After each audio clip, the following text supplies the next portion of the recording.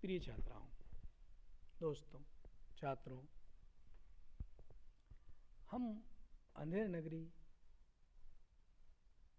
का अध्ययन कर रहे हैं, उसकी समीक्षा कर रहे हैं।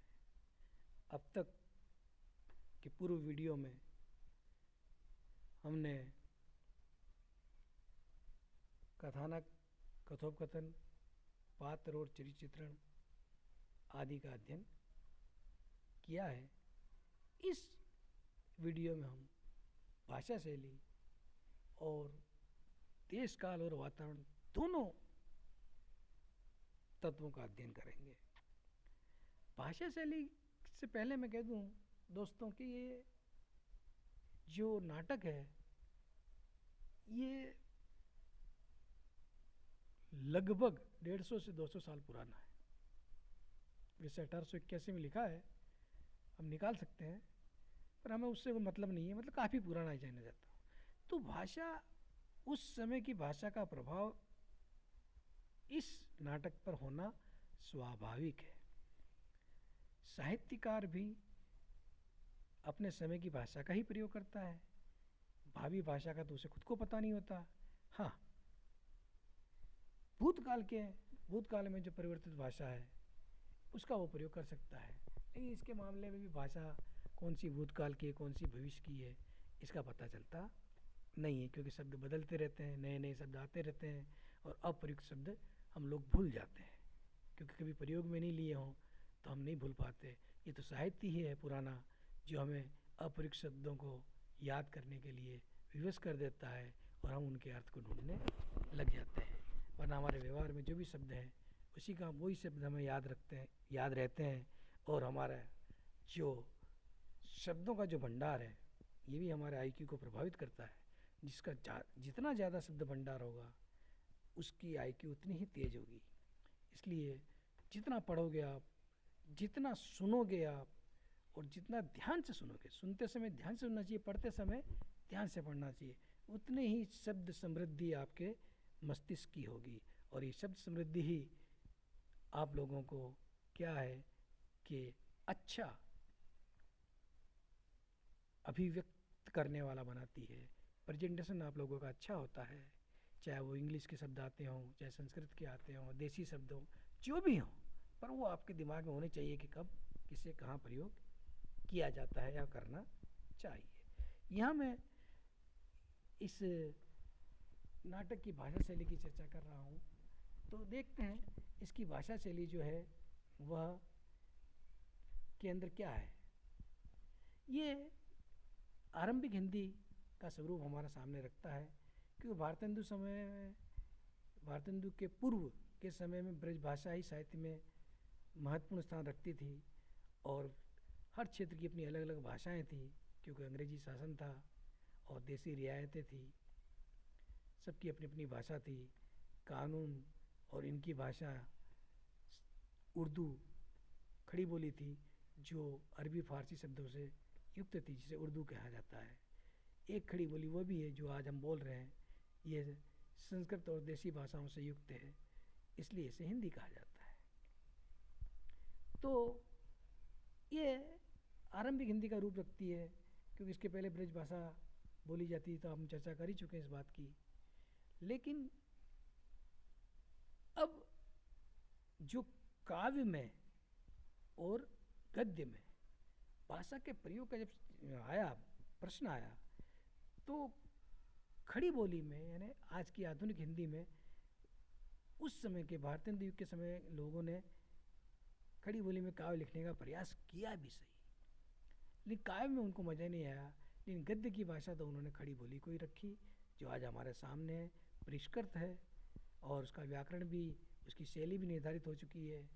इसलिए ये भाषा हम इतना ध्यान रखें कि शुरू की भाषा थी, वाक्य रचना और वाक्य प्रयोग कुछ ऐसे हो सकते हैं जो हमें अटपटे लगें, लेकिन है ही है। और क्षेत्रीय बोलियों का प्रभाव भी इस एकांकी में हो सकता है। इस बात का पता हमें इस नाटक को पढ़ने से लग जाएगा कि किस प्रकार की काव्य व्यतीत हिंदी का विभिन्न उपबोलियों में का स्थान लेने के लिए खड़ी बोली संघर्षशील थी। इन खड़ी बोली भी अपने आप को हिंदी के रूप में प्रस्थापित करने के लिए संघर्ष में थी। अब ये बात नाटक के संदर्भ में नहीं करनी चाहिए, तो साहित्य के इतिहास के संदर्भ में आनी चाहिए थी, पर नाटक के संदर्भ में मुझे इसलिए करनी पड़ी क्योंकि भारतेंदु कोई छोटी मोटी हस्ती नहीं है, युग परिवर्तक है, युग में परिवर्तन लाने वाले थे ये। इनके समय को ही आचार्य रामचंद्र शुक्ल ने गद्य काल कहा है, इसलिए मुझे इस चीज़ की चर्चा करनी पड़ी। और इसके अंदर देसी भाषाओं के शब्द कथोपकथन वगैरह में हमने सुन देख ही लिया हमने चर्चा करते समय। इसके साथ इसमें परिनिष्ठित या परिष्कृत हिंदी या तत्सम शब्दों के साथ साथ देसी और ग्रामीण शब्दों का प्रयोग भी हुआ है। देख लेते हैं, एक आध उदाहरण हमारे सामने है किसी पात्र का, महंत का उदाहरण है, पीपीटी में भी दिया हुआ है, आप लोग पढ़ भी सकते हैं उसे। महंत बच्चा नारायण दास, ये नगर तो दूर से बड़ा सुंदर दिखलाई पड़ता है, देख कुछ भिक्षा उच्छा, भिक्षा नहीं लिखा है, भिक्षा लिखा है, पढ़ रहे हो, देख रहे हो आप लोग, पीपीटी में है। तो ये देसी शब्द है उसका, तत्सम शब्द नहीं है, ये तद्भव रूप है उसका, देसी जो है भिक्षा उच्छा। और ये तो ऐसे ही लगा दिए जाते हैं कुछ तो शब्द, चाय वाय जैसे। तो ठाकुर जी को भोग लगे और क्या, यानी जो ब्राह्मण या साधु सन्यासी है, ये सब अपने खाने को भी ईश्वर का प्रसाद समझ के खाते हैं, पहले उनका भोग कहते हैं और फिर उस भोग को कहकर चढ़ाकर खुद उस भोजन को ग्रहण करते हैं। चरित्र को मनोरंजन बनाने वाली राजा की भाषा का उदाहरण भी एक है, देख लो आप लोग। राजा, अच्छा इस कारीगर को बुलाओ, नहीं निकालो, उस चूने वाले को बुलाओ, कारीगर निकल जाता है, चूने वाला पकड़ कर लाया जाता है, क्यों बे खेर सुपाड़ी चूने वाले, इसकी कुबरी कैसे मर गई। यूं नहीं कि राजा सही भाषा नहीं बोल सकता था, लेकिन राजा को यहाँ एक विदूषक के रूप में, मस्खरे के रूप में और मूर्ख के रूप में प्रस्तुत किया गया है। इसलिए नाटककार ने उस राजा के मुख से ऐसी ही बातें, इस तरह के ही शब्द निकलवाए हैं, इस तरह के ही शब्द रखे हैं। ये साहित्यकार रखता है, नाटककार रखता है अपने चरित्रों के जो भी कथन है उनके शब्द, ये उसका चयन होता है। तो इस तरह से इसकी भाषा शैली हम देखते हैं, और शैली जो इसकी है वह पाश्चात्य शैली की ज़्यादा अनुकूल है पौर्वात्य के बजाय। और रंगमंच भी इसका पाश्चात्य शैली के हिसाब से ही दिखाया गया है। हालांकि रंगमंच के बारे में कोई उल्लेख नाटककार ने नाटक में किया नहीं है।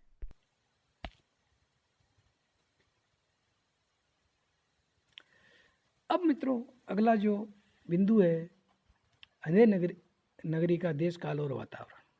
देश काल और वातावरण की बात कर दूं तो किसी भी विधा में, किसी भी कृति में उस तत्कालीन समय का चित्रण जरूर होना चाहिए और तत्कालीन समय का वातावरण होना चाहिए।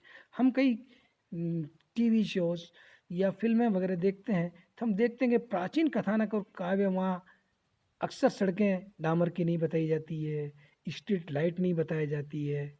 इन चीज़ों का ध्यान रखा जाता है, गलती से कभी आ जाए तो अलग बात है, बाकी इन चीज़ों का बहुत ध्यान रखा जाता है। स्टूडियो में ऐसी व्यवस्था की जाती है इस चीज़ों का नहीं हो, ये वातावरण कहलाता है। और उस देश काल के अनुरूप ही उनकी वेशभूषा वगैरह होती है। इस नाटक की समीक्षा के दौरान भी हम इस बात को कई बार चर्चा कर चुके हैं। साथ में ये भी कहते चलें कि इसका कथानक भी प्राचीन था। इस तरह कथानक अत्यंत प्राचीन समय का हुआ, स्पष्ट है कि वातावरण भी उस समय का ही होगा। एक और बात बता दूं, जैसे पहले हमने जब कथा के सारांश में कहा था कि छोटी छोटी रियासतें थी, तो यहाँ शुरुआत, प्रथम दृश्य की शुरुआत में लिखा है बाह्य प्रांत। तुरंत उस समय के वातावरण को, उस समय के देश काल को हमारे सामने लाके खड़ा करता है कि छोटे छोटे देश हुआ करते रियासतों के, तो दूसरे प्रांत से, दूसरे देश से आ रहा है वो, वहाँ से ये जो आ रहे हैं कौन, महंत जी और दोनों चेले साथ गाते हुए आते हैं। बस इतना ही लिखा है इसमें ने, ये बताने के लिए कि देश काल का चित्रण कर रहा है आदमी। यूँ नहीं कह रहा है कि किसी जंगल से आ रहे हैं या किसी कहाँ से आ रहे हैं, दूसरे देश से आ रहे हैं। इस देश में पहले वे रहते नहीं थे, इस राजा के, इस नगर के राज्य में वे नहीं रहते थे, अन्य राज्य से आ रहे हैं, अन्य देश से आ रहे हैं। दूसरा एक शब्द है, हाँ इसमें जो बाह्य प्राण शब्द है वो छोटे छोटे जैसे राज्य की ओर संकेत करता है। दूसरा जो दृश्य है इसके अंदर दूसरा जो है छठा दृश्य में स्थान शमशान, गोवर्धन दास को पकड़े हुए 4 सिपाही का प्रवेश करता हो सकता है किसी समय में। वैसे तो हम देखते हैं कि किसी को फांसी जेल की काल कोठरी में दी जाती है, कहीं फांसी देने के लिए हमें अलग से कहीं बाहर या सार्वजनिक रूप से फांसी नहीं दी जाती, कभी कभी सार्वजनिक रूप से भी फांसी दी गई है।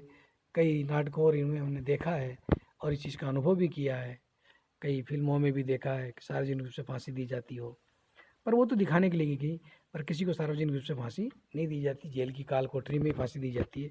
या सीधा फांसी देने का जो दृश्य है नाटककार शमशान घाट ही दिखाता है और वहीं उसको फांसी देते हुए था। और ये बात पहली बार देख रहे हैं हम लोग कि शमशान में भी फांसी दी जाती है। तो कभी ऐसा समय रहा होगा कि शमशान में फांसी दी जाती होगी, तो प्राचीन बात है, अब ये नहीं कह सकते हम क्या है क्या नहीं है। दूसरी बात, इस नाटक में राजा, राज दरबार, बाजार आदि पीपीटी में लिखा हुआ है, सब देश काल के अनुरूप है। यहाँ राजा को मूर्ख बताना था प्रहसन के लिए, मनोरंजन के लिए, इसलिए बताया गया है। बाकी सभी राजा मूर्ख होते हैं ऐसी बात नहीं है। विभिन्न नाटकों के तत्वों का निरूपण देश काल वातावरण के अनुरूप है। विभिन्न तत्व जो है, कथानक है, भाषा शैली है, पात्र और चित्रण है, ये सब देश काल के और वातावरण के अनुरूप ही है। इस नाटक में मध्ययुगीन जाति व्यवस्था का भी उल्लेख है, भले संक्षिप्त सही मगर आया जरूर है। उतनी कट्टरता भले नहीं हो जितनी आज है या मध्य युग में थी, लेकिन है जरूर। हीन दृष्टि से इस बात को जरूर देखा गया है। अंधेर नगरी अनबुझ, एक उदाहरण है आपके सामने, अंधेर नगरी अनबुझ राजा, टका शेर भाजी, टका शेर खाजा। अंधेर नगरी चौपट राजा भी था, यहाँ अनबुझ राजा बार बार रिपीट नहीं करने के लिए अनबुझ कह दिया। अनबुझ में ना समझ, नीच ऊंच सब एक ही ऐसे, जैसे भड़ुए पंडित जैसे। भाषा देखिए, भड़ुआ शब्द गाली है, मूर्ख कह सकते थे लेकिन नहीं कहा। कुल मर्जाद न मान बढ़ाई, सबे एक से लोग लुगाई। कुल और मर्यादा के अनुसार किसी का मान सम्मान नहीं होता, सब औरत और आदमी एक तरह के हैं। ये जो समानता की बात है ना, वो यहाँ बताई गई है, लेकिन ये भी इस नाटककार को अखर रही है। कुल और मर्यादा के आधार पर लोगों का मान सम्मान होना चाहिए। लोग लुगाई की भी बात करती है यहाँ। स्त्री और पुरुषों को भी एक समान समझा गया है, समझना भी चाहिए। वेश्या जोरू एक समाना, बकरी गऊ एक कर जाना। पूरा पद है, ये जो चौकड़ी जो बीच में आती है, इसका मतलब कुछ पंक्तियाँ इसके बीच की छोड़ दी गई है कि सरंग पद था, तो पता चले कि वो हमारे उसके अनुरूप नहीं थी। तो वेश्या और पत्नी को एक समान जहाँ माना जाता हो, गाय और बकरी को एक दृष्टि से देखा जाता हो, ऊंच नीच सब एक ही सहारा, उच्च वर्ग के और निम्न वर्ण के सब एक समान जो माने जाते हो, मानो ब्रह्म ज्ञान विस्तारा। ये तो मानो ब्रह्म ज्ञान का विस्तार हो गया, क्योंकि ब्रह्म ज्ञानी जो होता है वो घट में परमात्मा के दर्शन करता है, ऐसा दर्शनों में कहा गया है। तो वो नाटककार व्यंग्य में लिख रहा है मानो ब्रह्म ज्ञान का यहाँ विस्तार हो गया है। तो मित्रों, ये दो जो तत्व थे अंधेर नगरी की समीक्षा के दौरान, उसका अध्ययन हमने किया। बाकी के तत्वों का अध्ययन अगले वीडियो में करेंगे।